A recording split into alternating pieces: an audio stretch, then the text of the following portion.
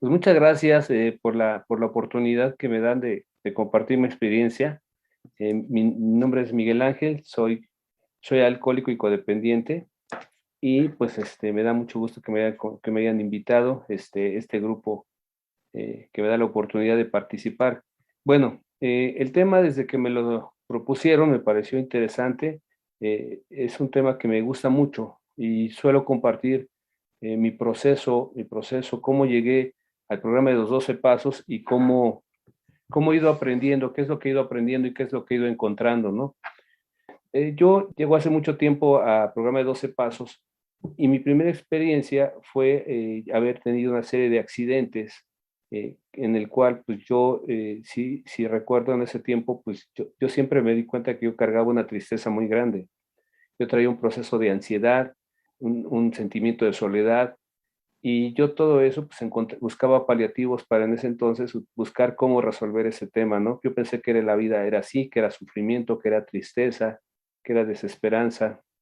Y para mí eso fue un camino de mucho sufrimiento.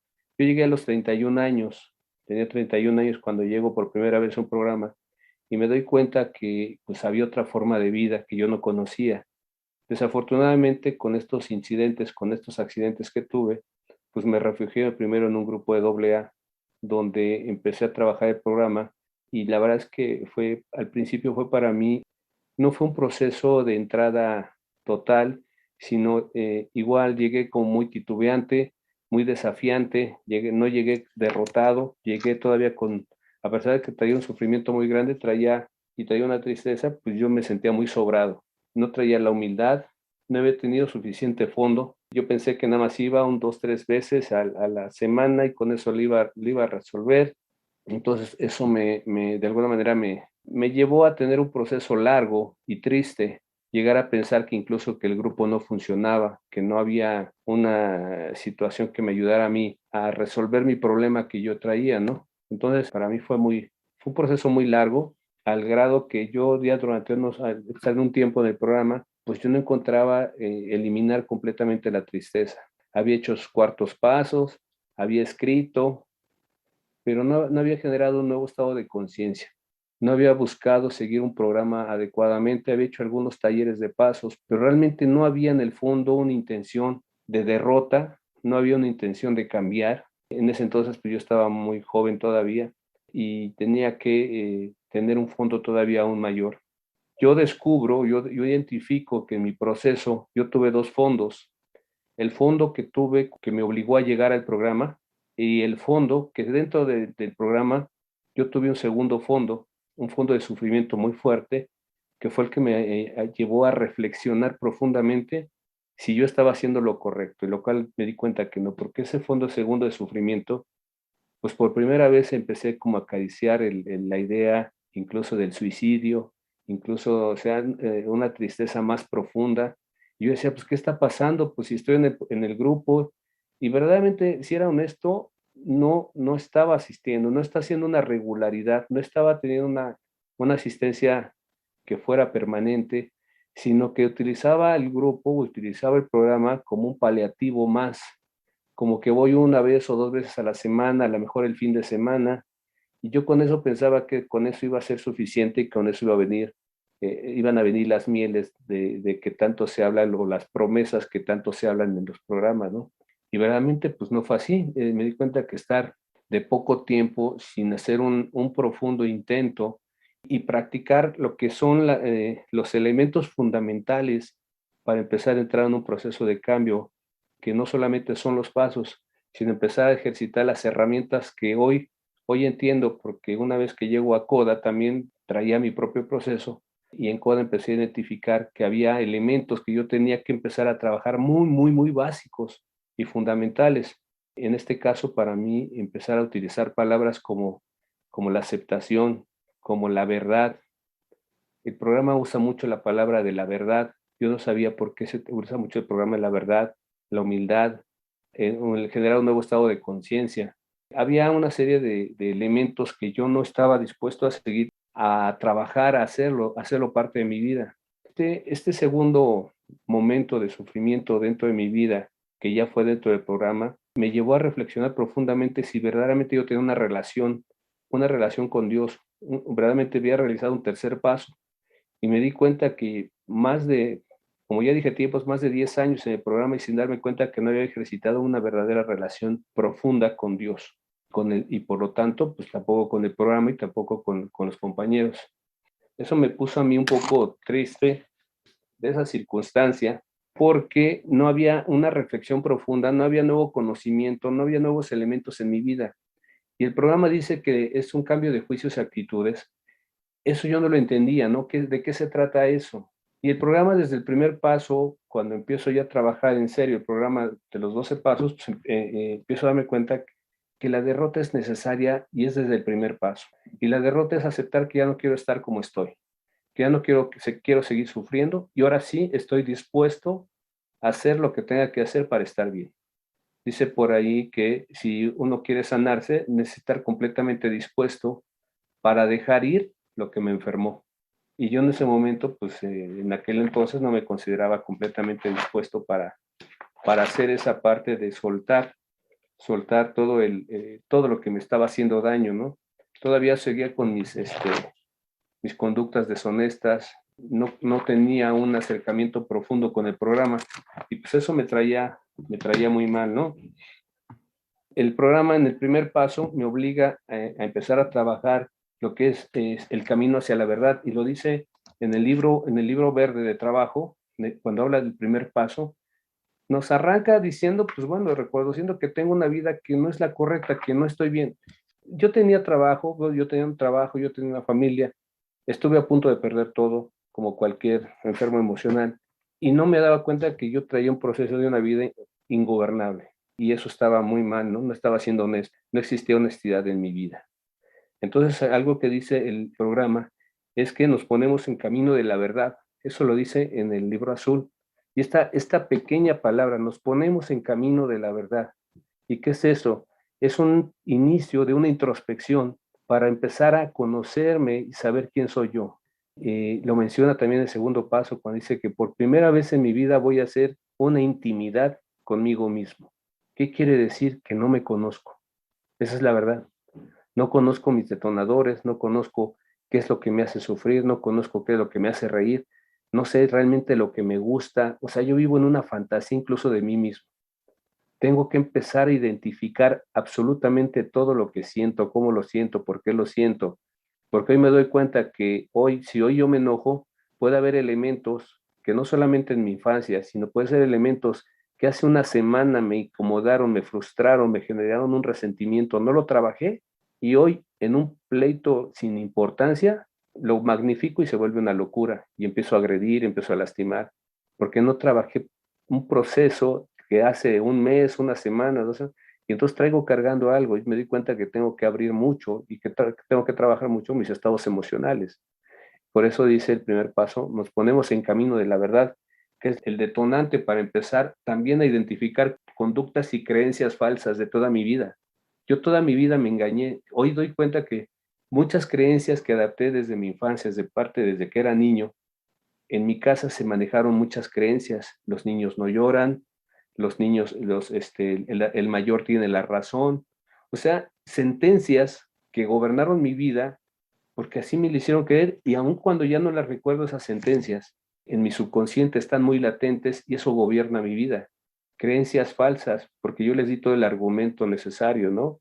Yo vengo de un papá alcohólico, que murió alcohólico mi papá, pero también vengo de una mamá controladora, una mamá sumisa y una mamá sumamente, hoy lo sé, mi mamá es sumamente codependiente. Imagínense nada más, mis dos hermanos mayores, que están uno de 65, 67 años, viven con mi mamá. Imagínense el patrón familiar que hay en mi casa. Pues yo estaba condenado a estar también en esa misma secuencia, en esa cadena. Yo soy el tercero. Ellos son dos mayores a mí y hoy viven con mi mamá. No lo puedo creer, pero viven con ellos, ¿no? Entonces yo romper ese patrón de conducta codependiente, para mí me costó mucho trabajo, porque a mí desde pequeño mi mamá me enseñó a que tenía que estarle dando la razón. Yo recuerdo que tenía problemas familiares en mi matrimonio e iba a consultar a mi mamá. Tenía problemas en mi trabajo, iba a buscar a mi mamá. O estoy hablando cuando tenía más de 30 años. Entonces, esos patrones que están ahí latentes y que parece que son mis argumentos de vida válidos, resulta que no lo son. Por eso tengo que exponer desde el primer paso todo ese conjunto de creencias falsas que me enseñaron y que yo en algún momento dije sí y las tomé como una verdad absoluta. Por eso es importante que reconocer estas, y reconocerlas no significa que sea débil, porque es lo único que conozco y como es lo único que me defiende, pues para mí es una señal de debilidad más que de fortaleza. Entonces eso hay que darle el giro para que se vuelva una fortaleza. Este camino es doloroso, no es nada fácil romper una creencia de la infancia, romper una creencia de toda la vida no es fácil, pero en el primer paso lo único que me invita es a reconocerlas, a identificarlas, cuáles son esos elementos de vida que en mi casa me marcaron y que yo las acepté como verdaderas.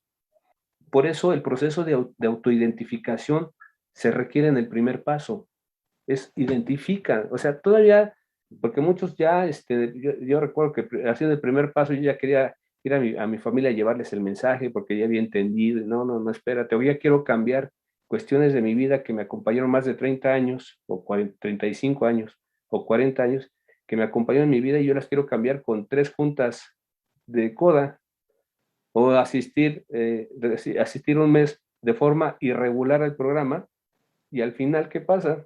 Pues ya quiero empezar a cambiar toda mi vida y no se puede. Hay un proceso de reconfiguración del cerebro que se va a dar, pero yo sí necesito, en mi caso, a mí me sorprende mucho gente que va un día a la semana, 2 días a la semana y ya está, y a los 3, 4 meses ya se fue porque ya se dio de alta. Pues el sufrimiento va a ser bien grande porque ahora ya se va vacunado, ¿no? Ya sabe de dónde es. Pero un proceso de reconfiguración cerebral no se da en tres meses ni en juntas irregulares. Por eso el programa habla mucho de 24 horas, felices 24 horas, 24 horas, 24 horas. Es una sentencia y es un mensaje muy, muy claro de que tengo que estar permanentemente trabajando para que mi estructura cerebral empiece a cambiar. Esto lo dicen la gente de ciencia, ¿no?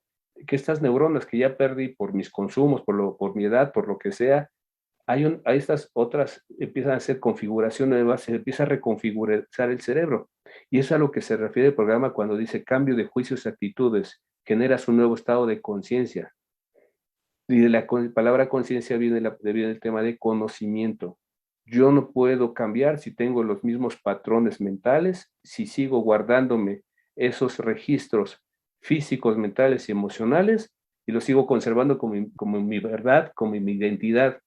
Yo necesito cambiar eso, empezar a sacar estos conceptos e ideas viejas y empezar a meter conceptos nuevos. ¿Y dónde están los conceptos nuevos? En los pasos, en las juntas, en la participación. Y las herramientas básicas para yo empezar a entrar a este proceso de cambio son las herramientas básicas que son asistir con regularidad al programa, leer la literatura, tomar tribuna, apadrinarse, escribir. Fundamentales son los que tengo que hacer. Si esos elementos yo no los empiezo a hacer, mi proceso de recuperación va a ser mucho más lento. Entonces, yo lo repito, es asistir con regularidad a mis juntas, tomar tribuna, leer la literatura, escribir y participar en el grupo, ¿no? Eso es lo que tengo que hacer. Y para mí también, yo creo que lo importante es el dar servicio. Para mí ha sido, desde que yo llegué al programa, he estado haciendo mucho servicio, he estado buscando dónde, en qué forma servir, porque pues si yo no hago servicio, yo me desconecto del grupo muy fácilmente. Y yo lo que no me gusta es desconectarme de eso. Entonces me doy cuenta que tengo que hacer lo suficiente para hacer lo posible. También ahí hacemos el caso de empezar a hacerle caso a mis instintos. Yo empiezo a conocer mis instintos. Desde el primer paso lo dice el libro verde, hacer caso a mis instintos, rezar, escribir, y entonces con eso se empieza a generar un nuevo estado de conciencia, porque empiezo a encontrar nuevos conocimientos de mí, empiezo a identificar cosas que no conocía para poder seguir avanzando. Y empiezo a comprender que eso pequeño y eso poco que acabo de hacer del primer paso, empieza a cambiar mi forma de vida. Se empieza a dar un cambio, experimentar un cambio de una nueva integridad personal. Empiezo a integrarme, porque entre lo que pienso, lo que siento y lo que hago y lo que hablo son cosas distintas. Entonces, en este proceso del programa me empieza a dar esa integración entre lo que, entre lo que siento, lo pienso o pienso, siento y lo que hablo y lo que hago, se empieza a hacer uno solo. Y empiezo, ya mi mente tan divagada que tengo empieza a calmarse. Empieza a venir un proceso de tranquilidad que yo no estoy acostumbrado. A mí me costó mucho trabajo aprender a estar bien. A mí me encantaba estar jodido. La neta, es que se me volvía satisfactorio estar en la ansiedad, en la zozobra, en el miedo.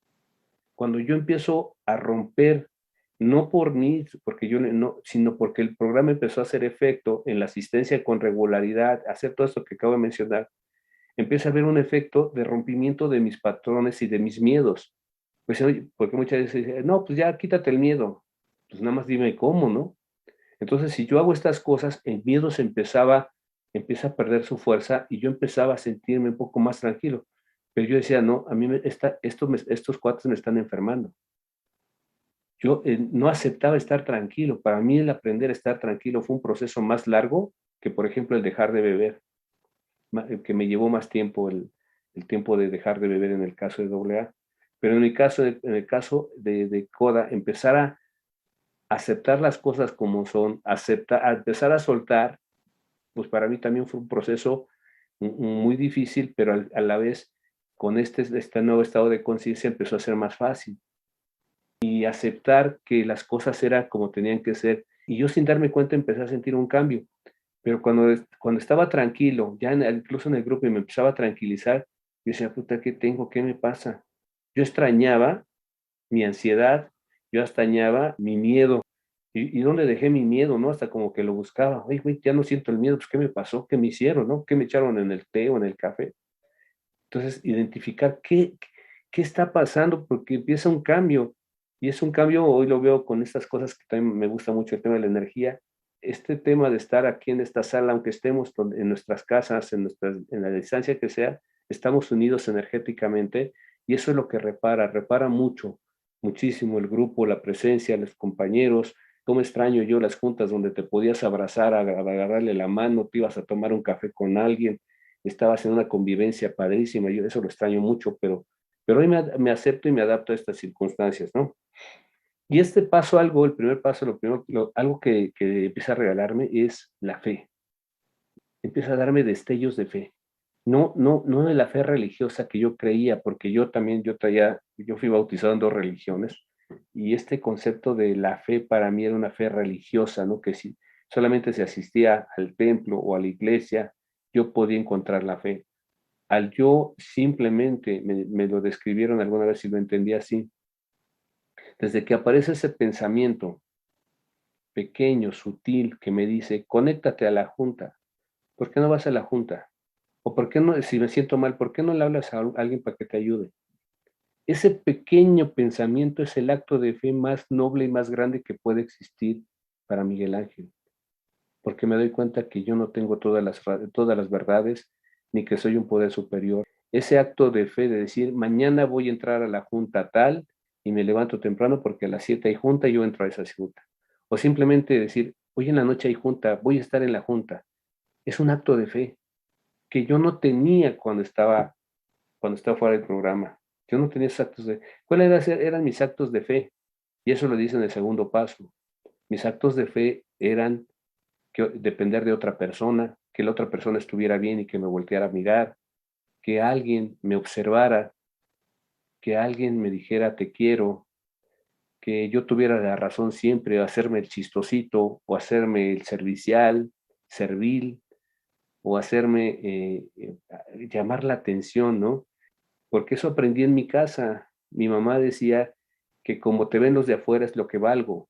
Lo que digan ¿qué van a decir de ti? La famosa palabra, ¿qué van a decir de ti? ¿Qué van a decir allá afuera, no? Esa creencia de que yo valgo en función de lo que los demás aprecien de mí. Yo lo aprendí desde muy temprana edad. Yo vengo de la familia, de mi mamá viene de esa familia de esos tiempos de Sara García y de Pedro Infante, ¿no? De esas películas así mexicanas que describen un fenómeno social, que no me siento exclusivo, pero un fenómeno social de nuestros abuelos y padres ya ancianos, que vienen sobre ese fenómeno de ese México diferente, con esa formación educativa. Entonces yo vengo también de esa formación con mi mamá, que me dio eso. Pero entonces eso, el qué van a decir de ti, que era lo que me daba valor, hoy totalmente descartado de mi vida. Hoy, ¿qué voy a decir yo de mí? Hoy yo cómo me aprecio, cómo me miro, cómo me observo. Entonces, por eso en esta introspectiva, empezar a ver lo que va a sentir Miguel Ángel. Y el segundo paso, por ahí menciona, dice, prepárate, porque vas a ver y a sentir. Y yo se lo decía eso apenas ayer, hablaba con una compañera que hablamos, me gusta hablar conmigo. Y este segundo paso, cuando dice por ahí, prepárate porque vas a empezar a ver y a sentir, pues uno dice, pues si yo veo, yo siento, pues si no estoy loco, esa idea está muy absurda. Y no es cierto, porque como dice el segundo paso también, que voy a hacer por primera vez intimidad conmigo mismo, voy a empezar a ver cosas de mí, voy a empezar a tener incluso una curva de sufrimiento que yo no conocía, porque ahora ya me voy a empezar a ser responsable de mis actos, de lo que yo pienso, de lo que yo digo, de lo que yo hago. Y antes, si tenía una emoción que me estuviera sintiendo mal, yo iba a buscar, y entraba a mis patrones de codependencia para buscar un paliativo, a ser sumiso, a consumir alcohol, a consumir personas. Incluso yo sí brinqué de muchas ramas, yo fui adicto al deporte, bueno, no tan adicto, hacía deporte en exceso, trabajaba en exceso, o sea, una vez que empezaba a dejar una cosa, me brincaba a la otra y a la otra, ¿no? Entonces dije, bueno, llegó un momento que ya se me acabaron las puertas y dije, bueno, ahora sí hay que entrar en el programa y hay que hacer algo. Entonces, esta situación de la búsqueda en la introspección, cuando empieza el sufrimiento y el dolor, me decía esta compañera, es que ahorita tengo un sufrimiento muy grande, pero no estás recurriendo a los paliativos que siempre recurrías, que era buscar un galán, que era buscar una botella. Entonces, no, espérate, tienes que vivir ese proceso.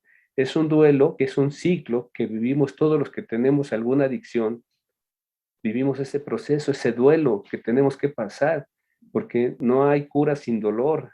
Hay una nube rosa padrísima que llegas, pero también te llega el dolor, porque vas a dejar lo que siempre has sido, vas a dejar lo que siempre te ha dado, te ha hecho semifuncionar o creer que funcionas. Entonces eso te lleva a esa situación de la búsqueda de esa situación. Entonces, en el segundo paso es lo que hace, ya, y empieza a aparecer la intimidad conmigo, empiezan a que ya esas creencias que yo tengo, empiezo a reconocerlas para empezar a ver un proceso de cambio. Pero hay un proceso de dolor que no me lo dicen, pero el segundo paso aparece, incluso puede ser desde el primer paso. Pero ya traigo algo que se llama un poco de fe que me impulsó el primer paso. Entonces, en el segundo paso aparece ese acto de fe que me va a empezar a ayudar a reconocer que hay un grupo, que hay unas personas, que hay un horario, que yo me conecto y eso me va a ayudar a eliminar o a llevarme ese dolor y ese sufrimiento, a compartirlo y que pueda brincar ese proceso de dolor sin ninguna sustancia paliativa, sin ningún placebo, como los que siempre utilicé.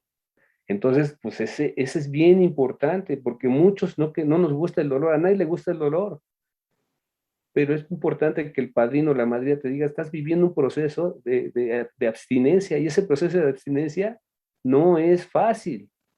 Es como cualquier adicto a la heroína, y más los que somos codependientes, porque nos drogamos con nuestros procesos químicos mentales, que son igual de poderosos que la heroína. Entonces, cuando vivimos ese proceso y lo brincamos como por primera vez, está padrísimo, porque viene un nuevo, ahora sí ya viene a empezar a entrar un cambio de juicios y actitudes, porque ya dejamos los placebos, ¿no? El placebo empieza, lo pasamos a segundo término y nos empezamos a manejar con este proceso del placebo, ya el placebo que es el grupo, que es el acto de fe, que es un compañero, una compañera, que es una junta.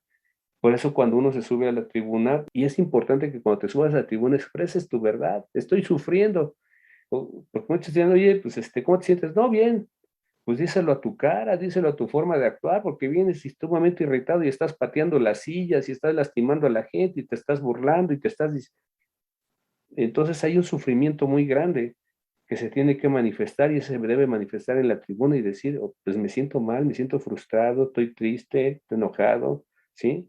Pero si me pongo de romántico en la tribuna, decir, Pues en una tarde lluviosa de verano y empezó a hacer, es que ayer me sacaron la lengua y no, estoy triste, estoy frustrado. Y en la medida que yo extraigo mis pensamientos del subconsciente al consciente, pierden su fuerza. Esa es la gran maravilla del programa de la tribuna, extraer del subconsciente al consciente la fuerza de la verdad para decir, y te das cuenta que ese sufrimiento que traes realmente no tiene fondo. Es un pensamiento nada más que atravesó en su momento y que trae una historia de vida que hay que descubrir para sacarla. Y entonces reconocer que esta fe que yo traía o que traigo depositada en una persona que me hace feliz o que me hace infeliz, que generalmente es infelicidad, porque nunca va a cubrir las expectativas que yo tengo cuando se trata de personas. Las personas todas son falibles. Entonces, si yo genero y yo busco mi paz y mi tranquilidad a través de otra persona o a través de controlar, pues siempre voy a perder.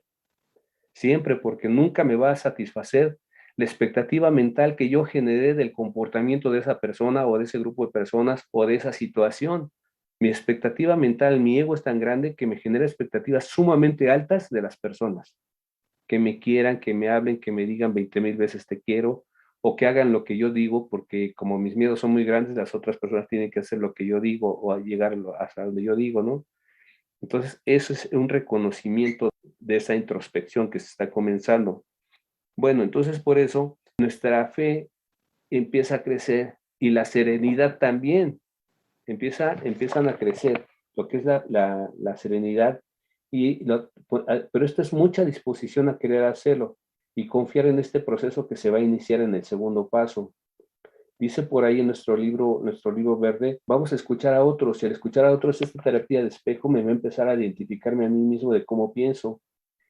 Y voy a sentir mis emociones, pero ya no me voy a buscar, a fugar en otras cosas, ya me va a ayudar a empezar a encontrar esa necesidad imperiosa de algo que yo empiezo a creer. Dice, oye, yo toda mi vida tuve la necesidad de algo. Y llámese placer, llámese que en su momento fue el placer, que en su momento que te decía que era el amor y todo eso. Pero realmente el proceso fue que yo siempre estuve buscando a Dios. Todos los seres humanos estamos en ese proceso de búsqueda de Dios. Un Dios que no conocemos. Puedes tener, en mi caso, dos religiones, pero yo no conocía a Dios. Yo no conocía la espiritualidad. Yo conocía la religiosidad, yo conocía lo que eran los ritos, los elementos católicos, los elementos místicos que lleva todo el proceso, ¿no? Pero eso realmente para mí no era la espiritualidad. Yo tuve que, para qué entender esto, porque ya el programa me llevó a eso, yo le tuve que poner pausa a todos mis conceptos religiosos. Con todo respeto lo hice, dije, a ver, hoy no me están funcionando, hoy me están hablando de un poder superior en el programa, le voy a poner pausa y luego lo reviso. Y le puse pausa a todos mis conceptos religiosos, incluso a mi existencia religiosa, y empecé a tener los actos de fe que el grupo me mandaba, ¿no? Que era hablar con un compañero, que era tomar tribuna, que era tomarme un café con un compañero, compañera, estar en grupo, sentirme cobijado. Y entonces estos actos de fe empezaron a gestar en mí un poder superior que en primera etapa para mí era el grupo. Yo sabía que si iba al grupo me sentía bien. Yo sabía que si estaba presente ahí, cuando yo salía era otra persona. Porque yo era una persona que tenía mucho miedo. Para todo tenía miedo.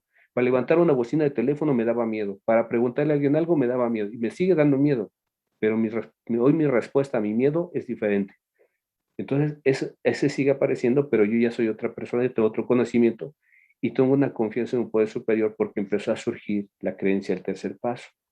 Todo esto que dije fue para tratar de llegar al tercer paso, porque empezó a gestarse en mí una fe que yo no conocía, que era un fe hacia un grupo de personas, y empecé a seguir a los que más me parecían los más adecuados, tratar de escucharlos, tratar de hablar alguna vez con ellos, pero ya buscar un padrino adecuado, no un padrino, ¿cómo se le dice? Que me ayudara a seguir haciendo mis travesuras, ¿no? Entonces busqué a alguien que me ayudara, que me criticara y que me centrara, que me diera su punto de vista para hacer las cosas. Y eso me llevó al tercer paso. El tercer paso que fue empezar ya a tener una concepción de un poder superior que me quería, algo que me hacía sentir bien, algo donde yo me hincaba o donde yo en las noches te decía, ayúdame porque con esto no puedo. ayúdame. Desde lo más profundo y sincero en mi corazón, tengo miedo de esta circunstancia. Empezar a hablar con él. Empezar a hablar con él y decirle, tengo miedo, me siento triste, dame la oportunidad de quitarme esta dependencia porque no puedo manejarla. Y parecía mágico porque empezaba a ayudarme mucho, ¿no? Debo decirles que hace ya más de, por ahí de 10 años que tuve una situación muy difícil con una de mis hijas, que tuvo de momento empezó a tener una enfermedad extrañísima, muy rara. Nos llevamos 3 años en buscar qué era lo que tenía. Pero siempre traíamos esa zozobra de que no sabíamos qué era porque pues, tenía unos síntomas muy fuertes y no encontrábamos la cura y estábamos muy preocupados. 3 años, imagínense, 3 años de hospitales, especialistas y el otro especialista y todos especialistas. Y al final de eso nos dicen que tenía una enfermedad desconocida, llamadas enfermedades raras, que era crónico-degenerativa y que pues, pudiera hacer, me dijo el doctor, dele que haga lo que quiera, que coma, que vaya, que haga lo que quiera, porque no sabemos esta enfermedad cuál es el resultado. Como no hay investigación, no hay medicamento, no hay tratamiento, pues con eso. Entonces yo en aquel entonces me fui a servir. Era tanto mi dolor y mi sufrimiento que en este caso conocí un sacerdote que es compañero y me dijo, ¿sabes qué? ¿Por qué no te vas a servir a una casa donde hay enfermos de adicciones en condición de calle? Yo no encontraba forma de mitigar mi dolor. Yo ya tenía un tiempo en el programa y en ese momento cuando apareció eso, pues yo me enojé mucho con Dios, ¿no? Porque decía, oye, yo ya estoy en el programa, yo ya estoy sirviendo, yo ya estoy haciendo, yo ya estoy con regularidad, ya soy una persona más honesta, ¿por qué me toca a mí esto, no? Por ahí dice el 11º paso, y qué de las enfermedades y qué de las desgracias.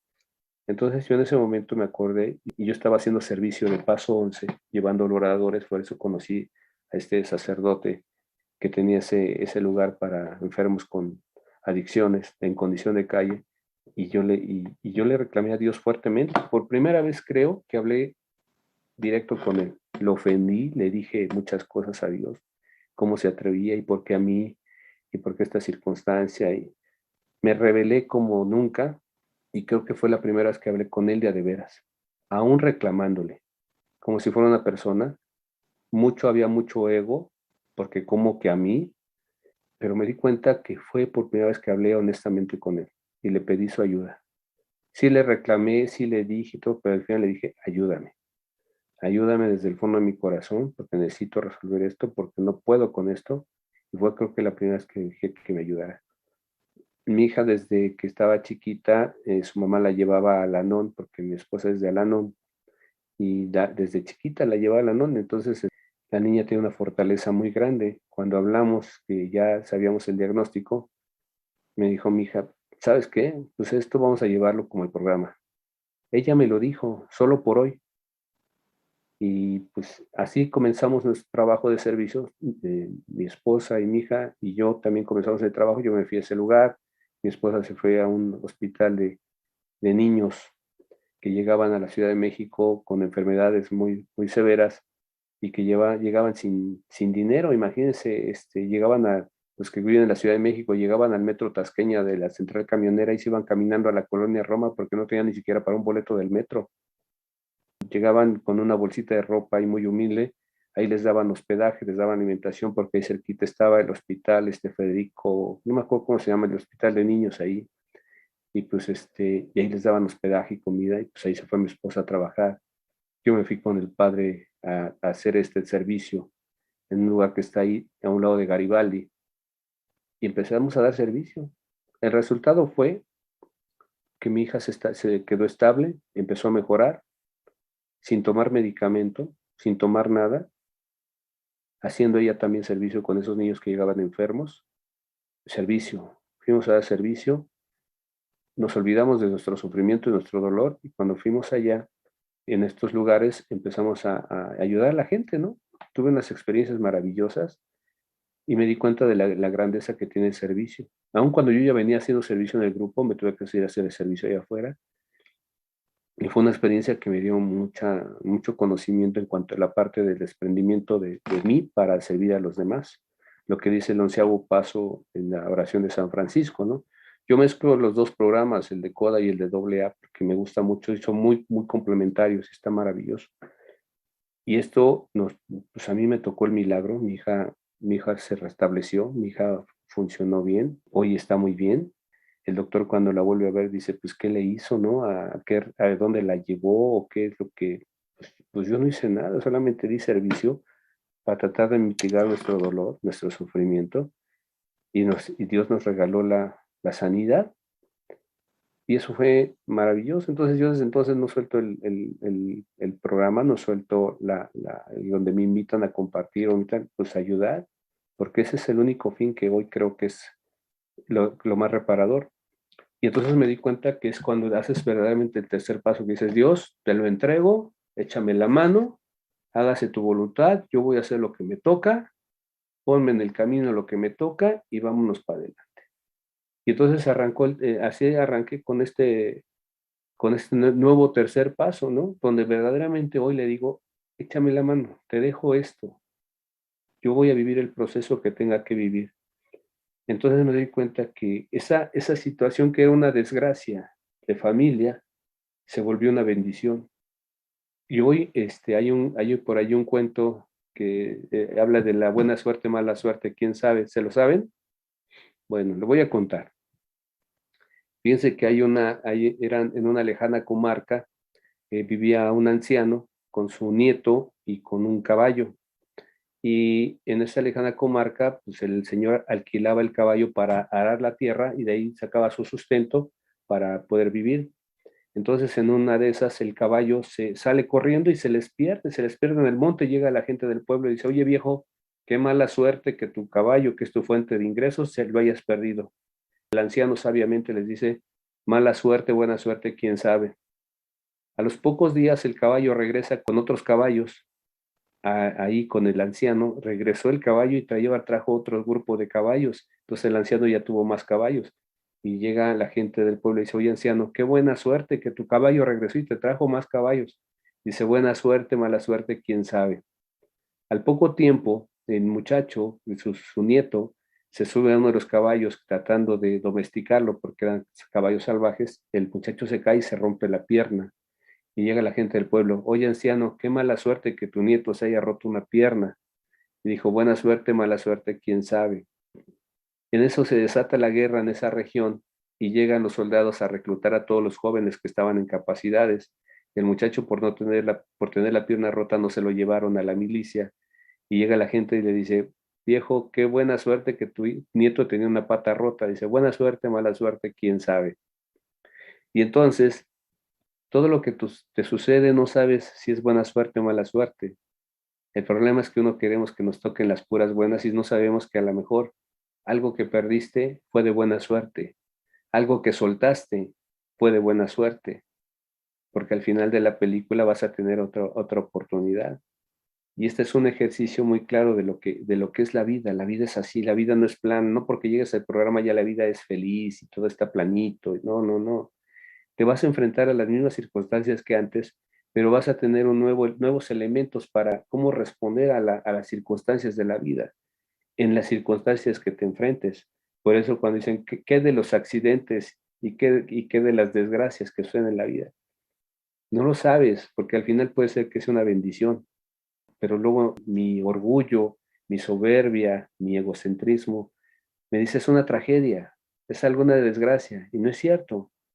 Al final del camino me falta ver la otra parte de la película, donde yo tengo la capacidad también, tengo el libre albedrío de decir si eso lo capitalizo como algo positivo o si lo vuelvo algo negativo por el cual me voy a lamentar toda mi vida. El programa me da esa parte, esa es la parte espiritual del programa, que te da las nuevas herramientas para que cualquier circunstancia que se te presente en tu vida lo capitalices como algo positivo. Todo. Nada en el grupo se desperdicia. El que más te vuelve, te incomoda, el que más te altera del grupo, es tu mejor maestro. Así yo lo veo. Ha sido mis mejores maestros, porque son los que me hacen mirarme hacia adentro y ver todavía que tengo muchas áreas de oportunidad que trabajar. Y entonces el programa te va ayudando a desprenderte de todas esas circunstancias y a que esta introspectiva que estás buscando te das cuenta que existe un Dios maravilloso, que todo te lo está dando en todo el tiempo. Yo tengo mi empresa y he tenido tres circunstancias muy difíciles que nos abrieron la empresa, nos sacaron todo, nos vaciaron todo. Otra vez que tuvimos un robo y que bueno, ese de robo físico, otro, un robo cibernético ahí con las cuentas y eso, y nos volvieron a poner en la lona. Y yo me acordaba, buena suerte, mala suerte, quién sabe, ¿no? Y entonces tengo una madrina que es una expertaza, ella trabaja en Monte Fénix, es una psicóloga de ahí, tiene todo tipo de estudios, y siempre que la veo me dice, ¿y ahora que eres rico o eres pobre? Entonces ya se burla hasta de mí, y yo también me río de eso, porque digo, sí es cierto, hay veces que tengo y veces que no tengo, pero son las circunstancias, pero yo estoy muy agradecido con Dios por todo eso. Hoy no dejo de agradecerle a Dios por todo lo que encuentro en mi vida, y digo, buena suerte, mala suerte, quién sabe. Y algo importante de esto es la espiritualidad. Con un ejemplo de un cuento se los voy a decir. Y resulta que un discípulo le preguntaba a su maestro, ¿cómo puedo encontrar la espiritualidad? ¿Cómo la puedo desarrollar la espiritualidad? Y el maestro le dice, mira, la espiritualidad es como el agua que nace de la montaña, que desciende el agua por la montaña y va a llegar al mar, va a ir descendiendo hasta llegar al mar. Dice, pero lo que pasa es que esa salida del agua se le van poniendo piedras, en el camino va encontrando piedras, ramas, diques. Esa es la historia de la vida. Tú tienes ahí que ir limpiando cada uno de esas ramas, cada uno de esos diques, cada uno de esas piedras que hay en el camino para que puedas llegar. Tu naturaleza es ser espiritual. Tu naturaleza, desde que llegas a este plano, vienes espiritual. Lo que pasa es que tú eres el que vas poniendo en tu vida esos diques, esas piedras, esas ramas, y vas perdiendo la espiritualidad. Tú llegas completamente inocente, se crea la dualidad y vas poniendo esos elementos. Pero tú eres el responsable ahora de que tú vayas quitando todas esas ramas, piedras, diques, las vayas quitando de tu vida y vas a darte cuenta que vas a empezar a fluir hacia la espiritualidad, que vas a encontrar a Dios porque siempre lo has buscado, pero lo has buscado en terrenos equivocados. Lo has buscado en elementos que son falsos, en personas, en situaciones, en cosas. Dice, pero si tú te quitas, empiezas a quitar todas estas ideas, como lo mencioné desde estos primeros pasos, tú lo vas quitando todos estos elementos, tu espiritualidad te va a llevar a Dios. Y si es cierto, si yo voy empezando, el programa ya me ayuda a empezar a hacer toda esa búsqueda, por eso tenemos el cuarto, quinto paso, que empezamos a exteriorizar mis comportamientos.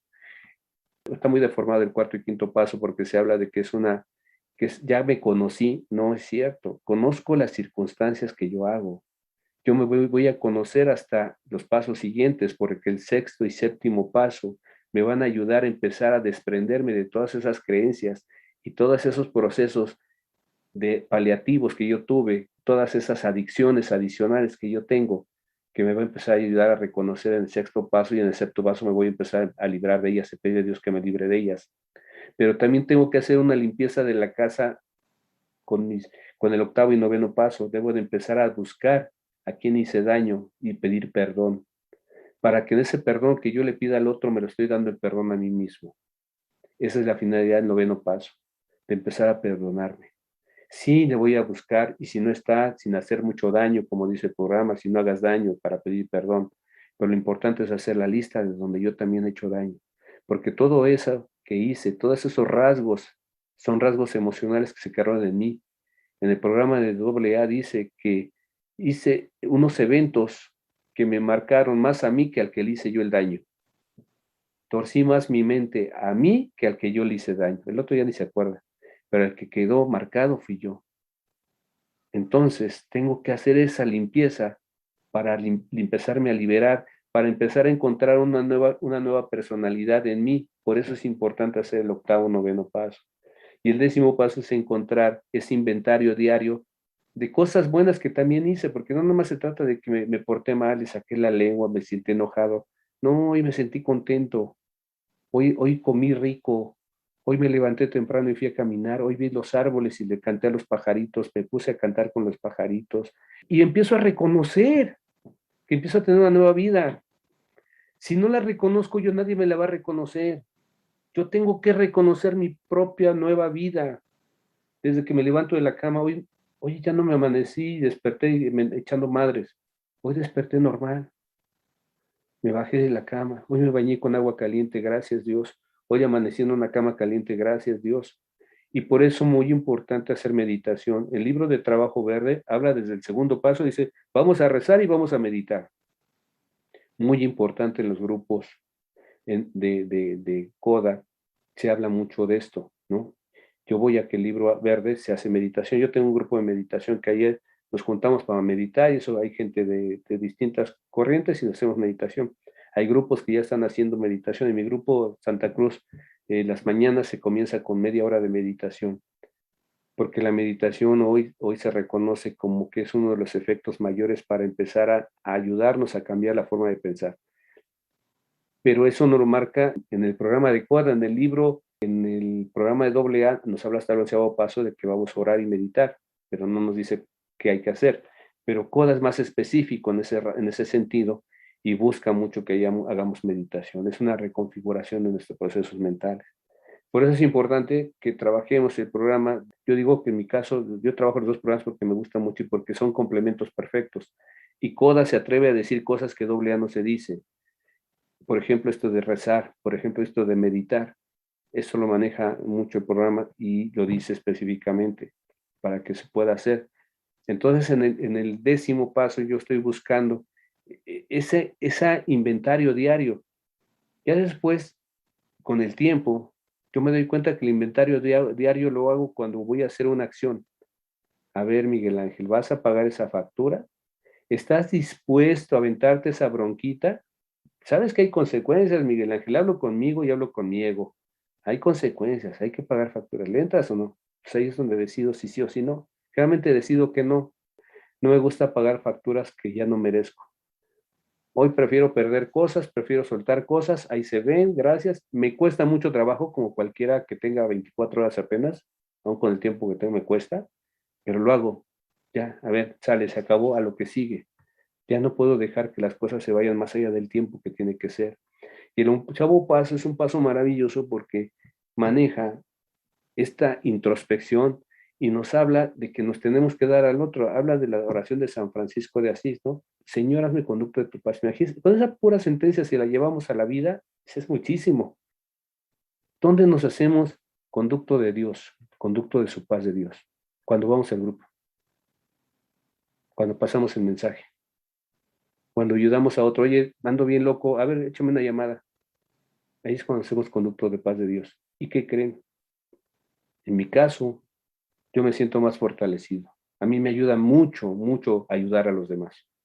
Ayer se lo decían, tenemos un primer grupo institucional de México de CODA que hay en un centro de rehabilitación para mujeres con enfermedades de adicciones, ahora ya también enfermedades de codependencia. Y yo les decía, yo vengo a ayudarles, a darles la junta, pero realmente yo vengo a que ustedes salven mi vida. Ustedes con sus experiencias me están salvando mi vida. Ustedes me están ayudando, yo no vengo a ayudarlas, yo vengo a que me ayuden.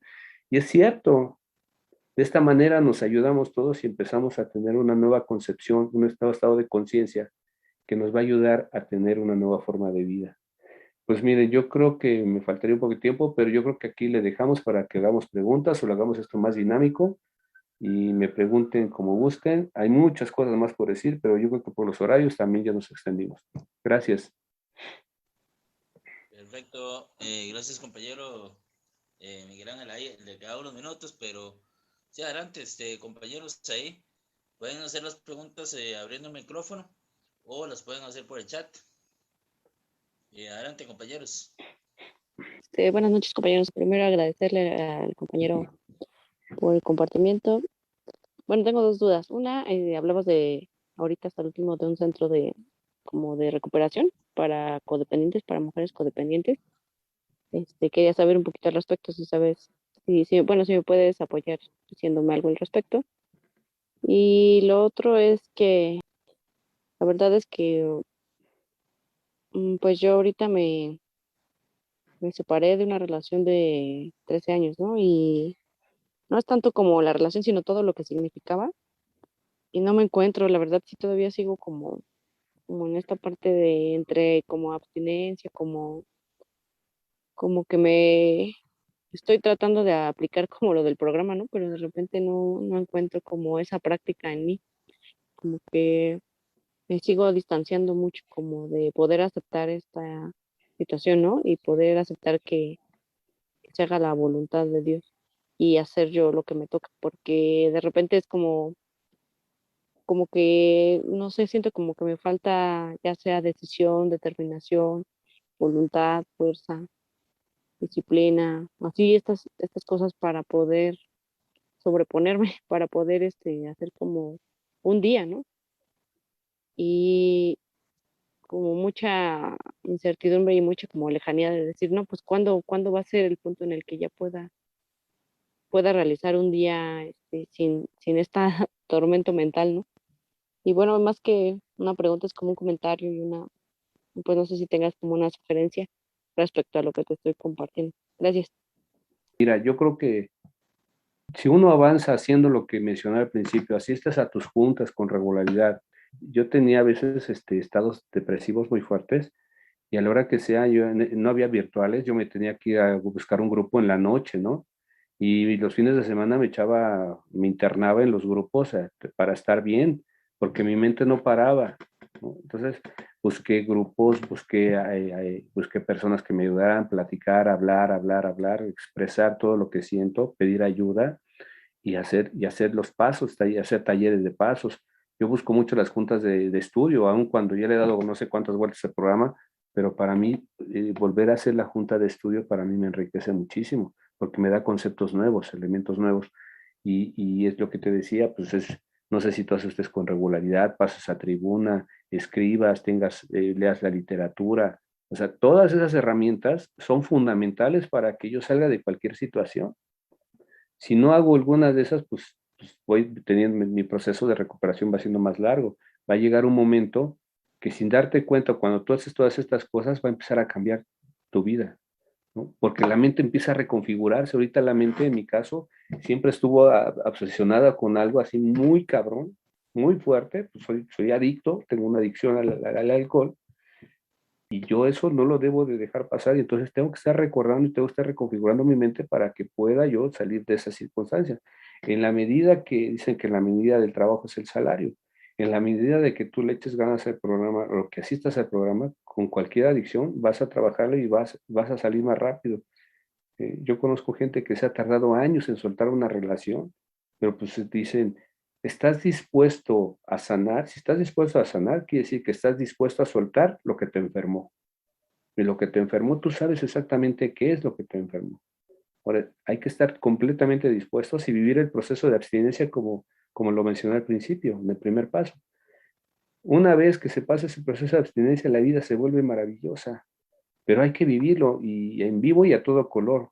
Nada de que ahora otra relación, un clavo saca otro clavo ¿no? Y ahora mejor me voy a echar unos chupes y ahora mejor me voy a la fiesta.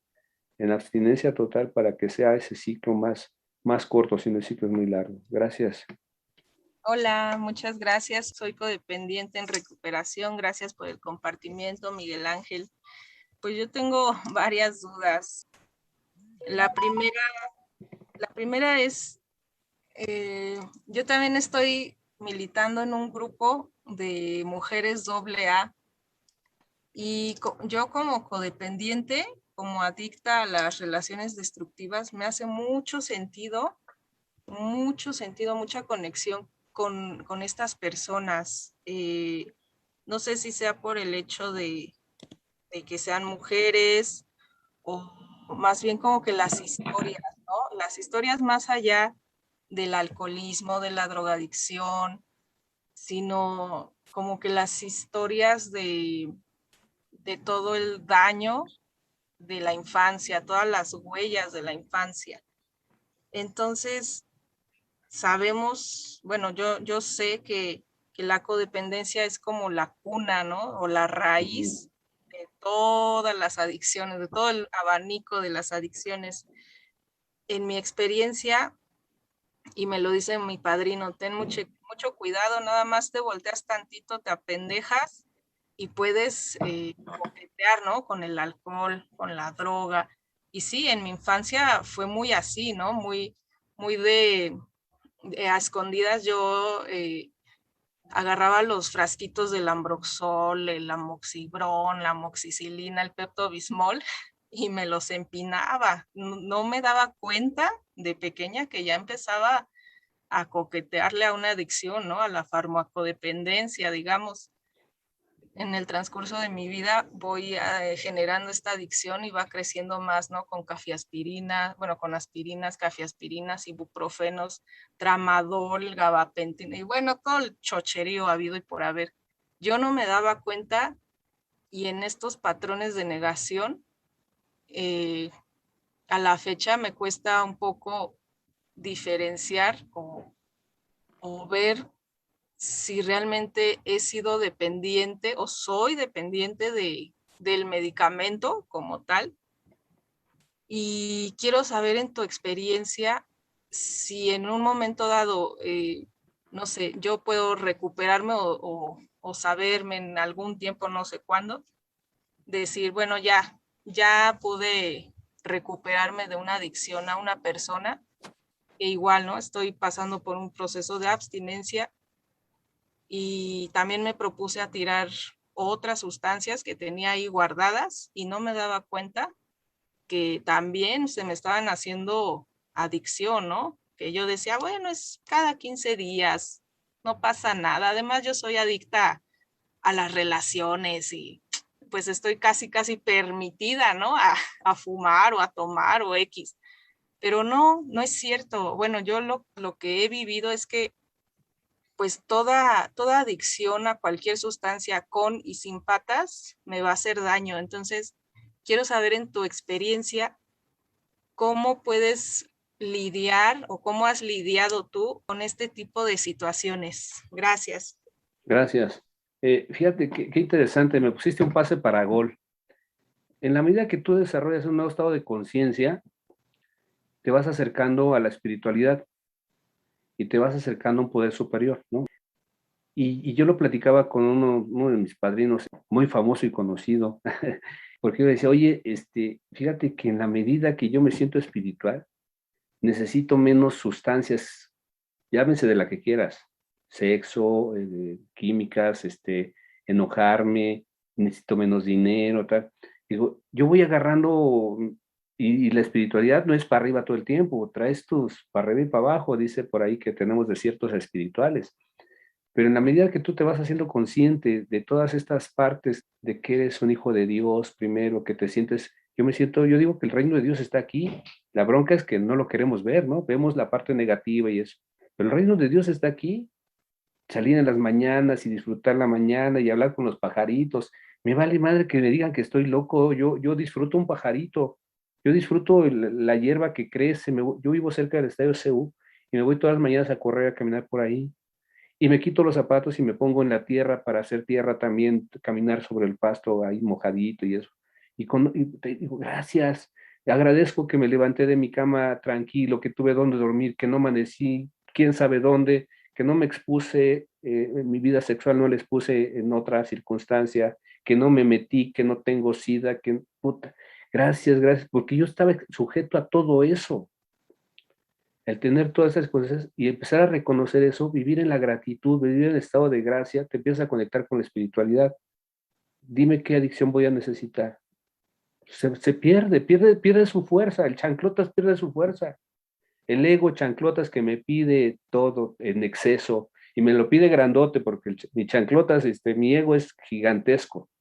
Entonces con él, cuando yo le empiezo a dar otros juguetes, no lo tolera. Cuando yo le digo gracias por la comida, gracias por estar, que tengo envidia por una persona, puta, ¿sabes qué? Dios, dale el doble para que se me quite a mí lo pinche envidioso.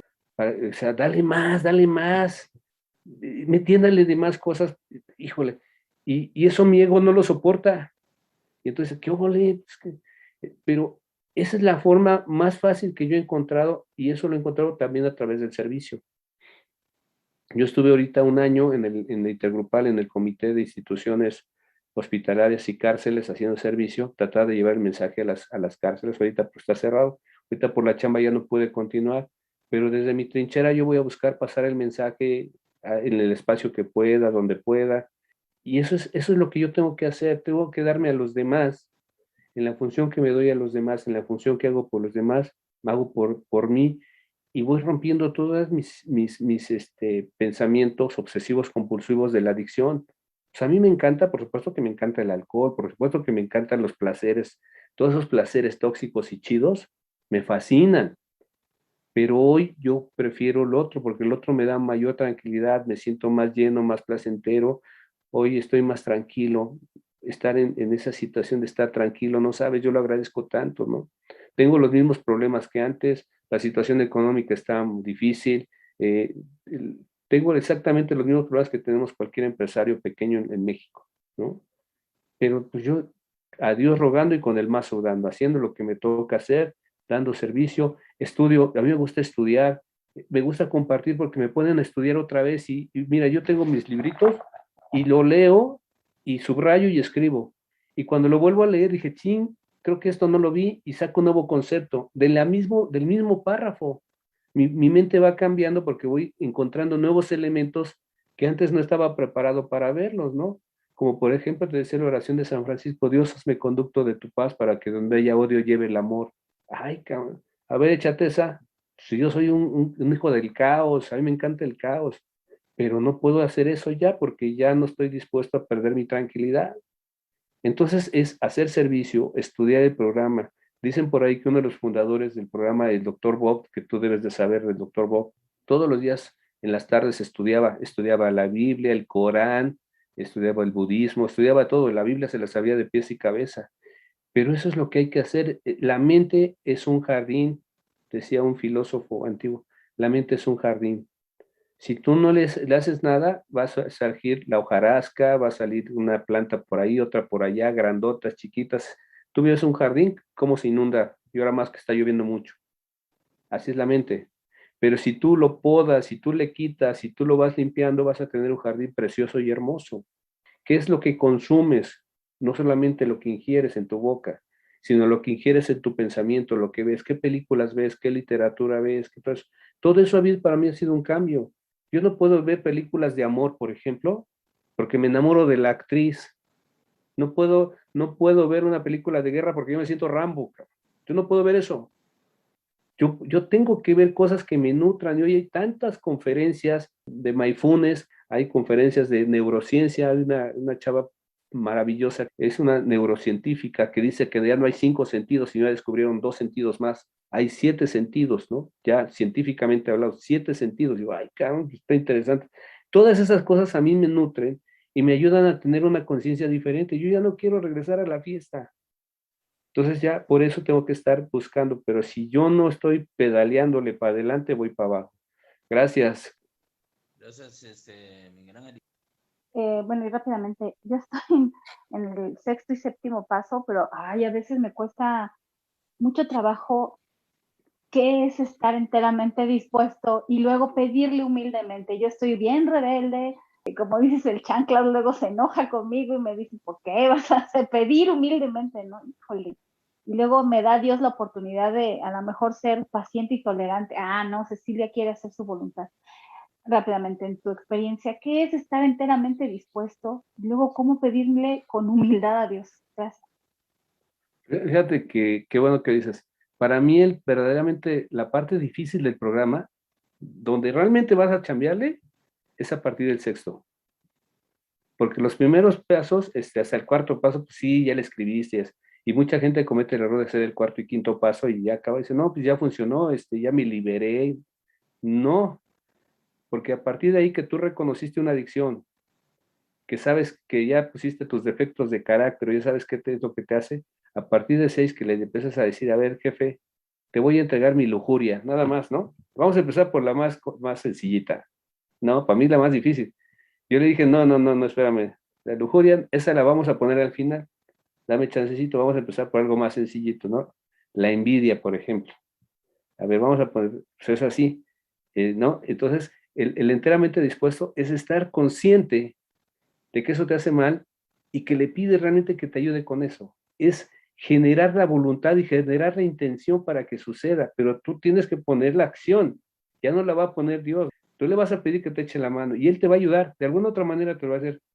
Te va a matar la amante, te va a golpear el amante o lo que sea, ¿no? O sea, actúa bien chido el jefe, pero no va a actuar como yo quiero, sino siempre Él actúa con los tiempos que Él quiere.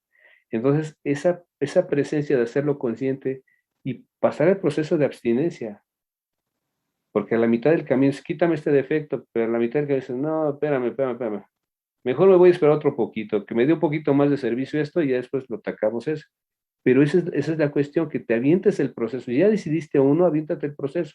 A lo mejor no lo vas a lograr, pero a lo mejor sí, o a lo mejor tienes un resultado adicional que a lo mejor te quita otra bronca. Pero el verdadero trabajo comienza a partir del 6. Ahora del 8 y 9 que te haces la lista de quienes ofendiste. Híjole, le pedirle perdón con el ego que yo tengo, con la soberbia que pedirle perdón, está complicado. Pero pon tu disposición, la que tengas, de qué tamaño es tu fe, pues es chiquita, esa póngala, oye, tu disposición, esta, ¿no? No hay camino perfecto, no hay paso perfecto, pero la disposición, y acuérdate de las palabras fundamentales, honestidad. ¿Eres honesto para hacerlo? Honestidad, ¿sí? Humildad. Y hay que tener compasión también con nosotros. Son esas palabras que hemos escuchado en las religiones, pero no las usamos en nuestra vida. Compasión, empatía, misericordia, bondad, amor. Usa esas palabras. Y eso es lo que, cuando usamos esas palabras en nuestra vida, es que me está agrediendo, está sufriendo, es que tiene un sufrimiento muy grande. Si me subo a su carril, pues es un güey que está sufriendo mucho. Tienes compasión por él, misericordia, bondad y compasión. Y lo perdonas. Y ya se acabó, no tienes que hacer después un octavo con él, de que nos agarramos a madrazos y... No, velo como un compañero muy enfermo. Y ahora, cualquier punto que tú quieras tratar, desde la parte de la mayor disposición posible. No hay camino perfecto. Sale, gracias. ¿Alguno? Adelante, tu pregunta. Por la bendita gracia de Dios, aquí estoy aceptando mi bendita enfermedad llamada codependencia. Pues mi pregunta es, ¿por qué nos dicen cuando nos preparan para la escritura del cuarto paso, por qué nos dicen no tomar decisiones? Si te vas a casar, si te vas a divorciar, no te divorcies. Si te vas a casar, pues no te cases, espérate hasta que regreses. Y bueno, después cuando estamos ya en la seguimiento del sexto paso, igual nos dicen, o sea, tampoco todavía no puedes tomar decisiones. Y la verdad es, o sea, a veces yo me respondo solita, ¿verdad? Porque yo creo que pues yo mejor me voy a responder sola, y entonces el estarme respondiendo yo sola me crea conflicto porque tomo decisiones pues inadecuadas. Pues según yo, ¿verdad? Muy firme yo, terminé con mi esposo, pero con todo lo que yo estoy escuchando de las juntas de los días pasados y ahorita, pues me doy cuenta que no soy tolerante, no sé ser tolerante, y que hoy en este momento siento, me arrepiento de haber dejado a mi esposo, me arrepiento de no haberme esperado. Entonces yo sí quisiera saber por qué, o sea, por qué nos dicen eso, ¿no? La otra pregunta que yo tengo es,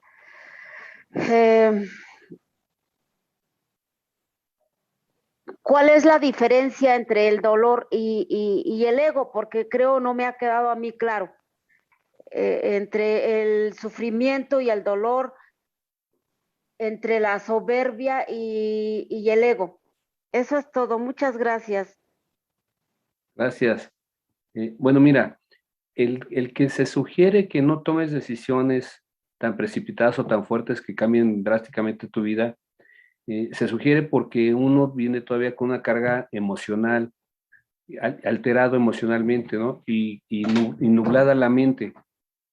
Vienes todavía con la mente nublada y tienes una capacidad de decisión basado en circunstancias que a lo mejor no son reales, no son completamente reales.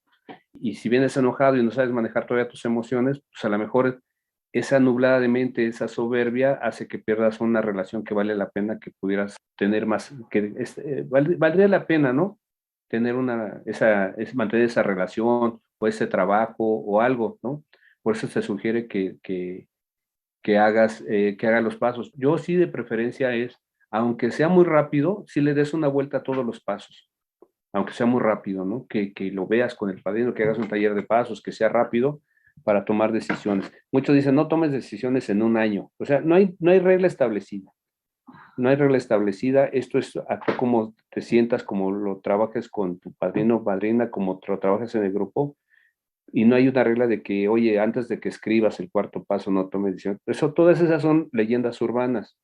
Yo creo que lo más importante es tú cómo te sientes, cómo lo trabajes, y sí de preferencia, y es así, yo creo que es mi experiencia, es dale una vuelta completa al programa, del 1 al 11, no lo vas a hacer lo más perfecto, hazlo, lo vas a hacer como tenga que salir, para que te des cuenta de todo lo que tiene el programa, todas las herramientas que tiene el programa, y entonces ya ahora sí tomes la decisión.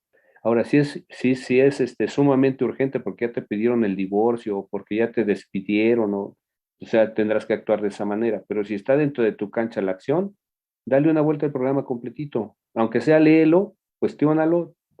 Ahora, el tema del ego, el dolor y el sufrimiento. Mira, el sufrimiento es directamente proporcional al tamaño del ego, el sufrimiento.